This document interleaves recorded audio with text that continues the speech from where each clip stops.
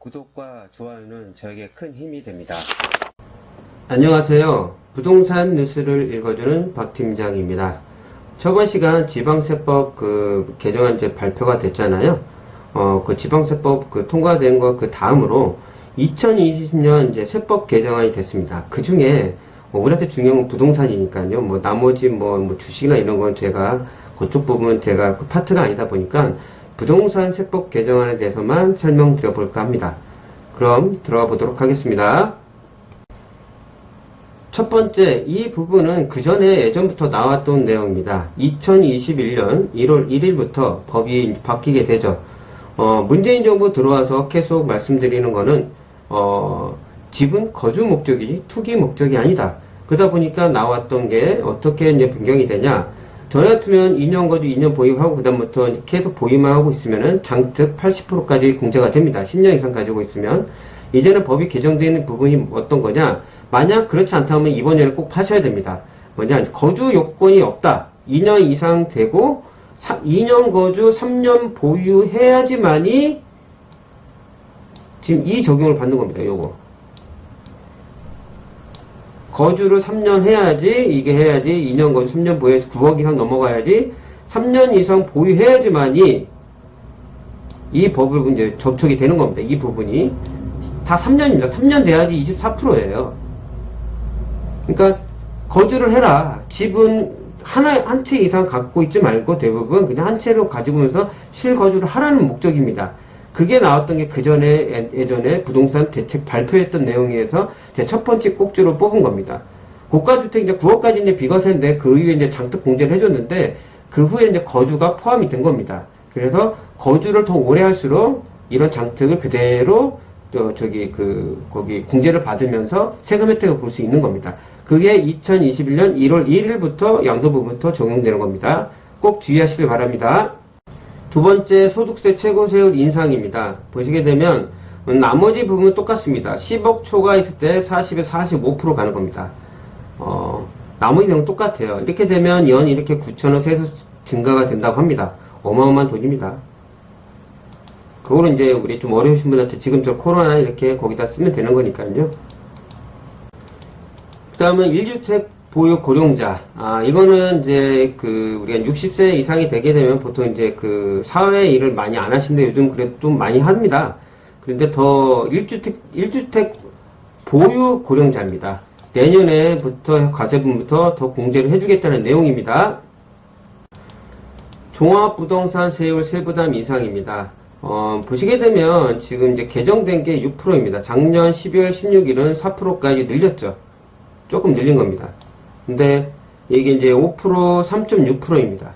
근데 이게 보시게 되면 사람들이 이제 제가 고객들하고 상담하게 되면은 항상 언론에서는 계속 6% 때리다 보니까 본인들이 그렇게 맞는 줄 아세요. 근데 제가 설명을 어떻게 드리냐. 개인일 때는 6억까지 공제를 해줍니다. 보통 어떻게 세금이 시가로 세금이 나는 게 아니라 가표로 세금이 나오는 거거든요. 보통 1주택을 가지고 있을 때는 공시지가 합쳐서 9억 이하면 우리가 9억 이하면 과표로 9억 이하면 어떻게 되냐? 얼마나 세금이 받아도 세금이 없습니다. 1주택 이상이 된 빤이에요. 1주택 이상. 2주택부터는 이렇게 세금이 나오는데 6% 이상 내는 개인적으로는요, 전국이 20명도 안 된다고 합니다. 저번에 제가 뉴스에 보니까 20명이 안 된대요. 그래도 5%도 그렇게 많지가 않습니다. 과표로 50에도 94억 나오기가 상당히 어렵습니다.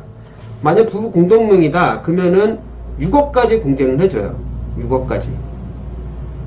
6억 공제를 하기 때문에 대부분의 2주택이나 있는 사람들은, 이것도 안 걸릴 경우가 있어요.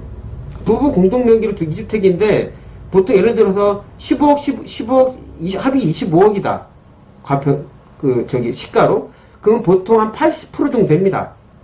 80%? 그러면 25억이면 거의 20억이에요. 그러면 부부 공동명의니까 12억 빼주죠. 그럼 8억에서 세금이 나오는 거죠. 8억. 제가 말한 건 지금 시가입니다. 시가. 20억에서 12억 빼주면 8억이네요.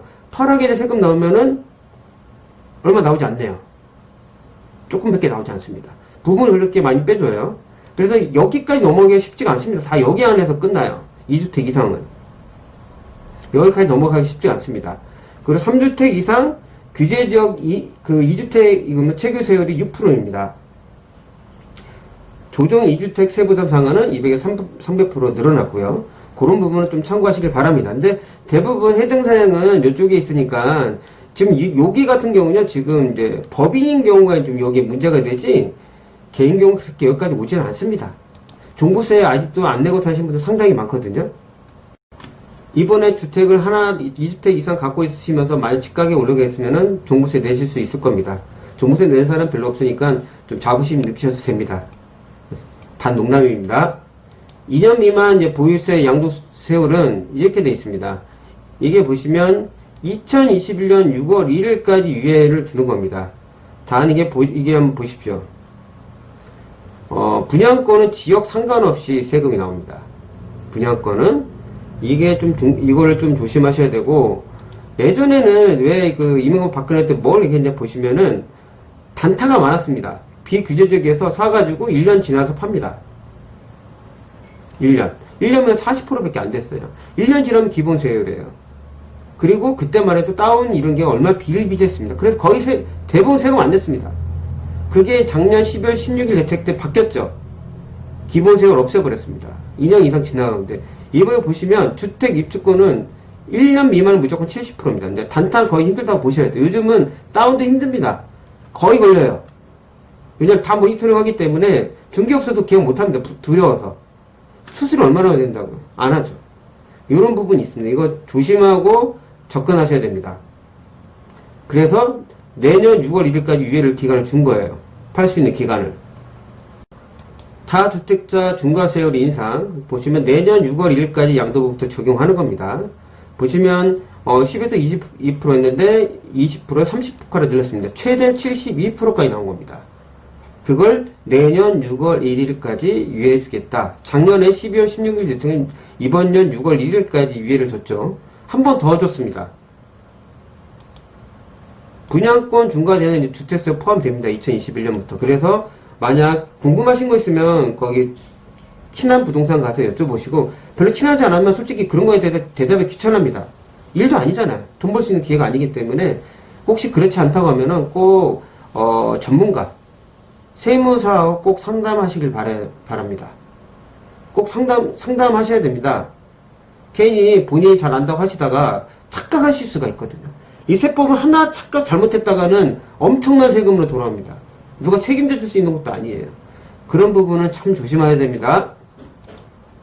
다음 부분은 법인주택 종부세 강화입니다. 이거는 법인인 분한테 이제 해당 사항인데 6% 이제 3%입니다. 중요한 게 이거죠. 요거 아까 말씀드린 기본공제 폐지를 한 겁니다. 그러니까 전에는 부동산 법인한테 얼마나 혜택이 많았겠습니까? 양도세부터 그래요, 종부세도 그래요, 기본 따는 것도 혜택을 엄청 많이 줬습니다.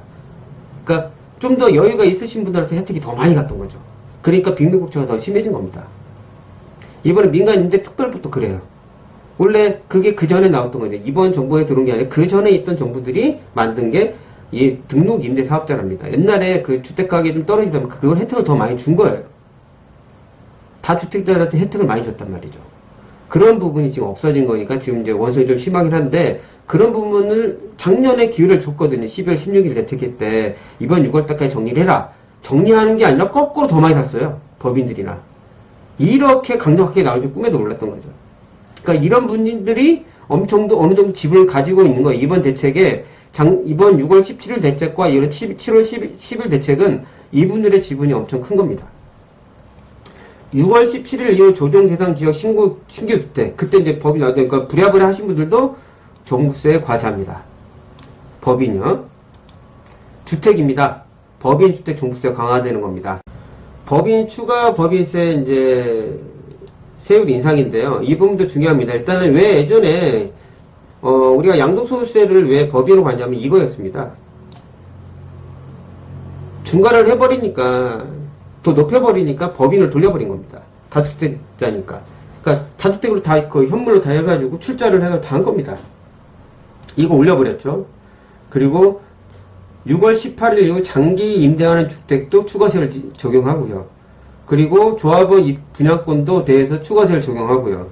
추가 법인세의 경우 양도 차이만 있어도 과세한답니다. 그러니까 돈을 뭐 거기에 소득이 생기는 그런 거 보지도 않겠다는 겁니다. 양도 차익만 있어도, 주택에 대한 양도 차익만 있어도 과세하겠다는 거죠. 강력하게 들어간 겁니다.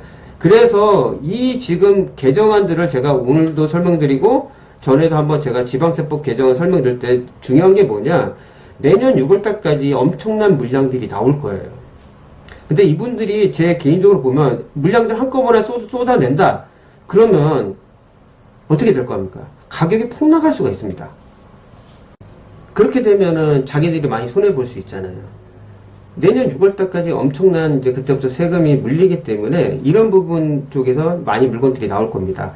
그러니까 무턱대고 지금 묻지마로 집을 사시는 것보다 좀 관망세로 보면서 집을 구입하는 게 나을 것 같습니다. 우리 30대나 40대 초반 우리 분들 좀만 조급하게 생각하지 마시고 좀 기다리다 보면 더 좋은 물건 더 싸게 얻을 수 있을 거라 저는 생각합니다. 오늘 들려드렸던 내용 도움이 되셨다면 구독과 좋아요 부탁드리겠습니다. 다음에 더 나은 부동산 뉴스로 찾아뵙도록 하겠습니다. 끝까지 들어주셔서 정말 감사합니다.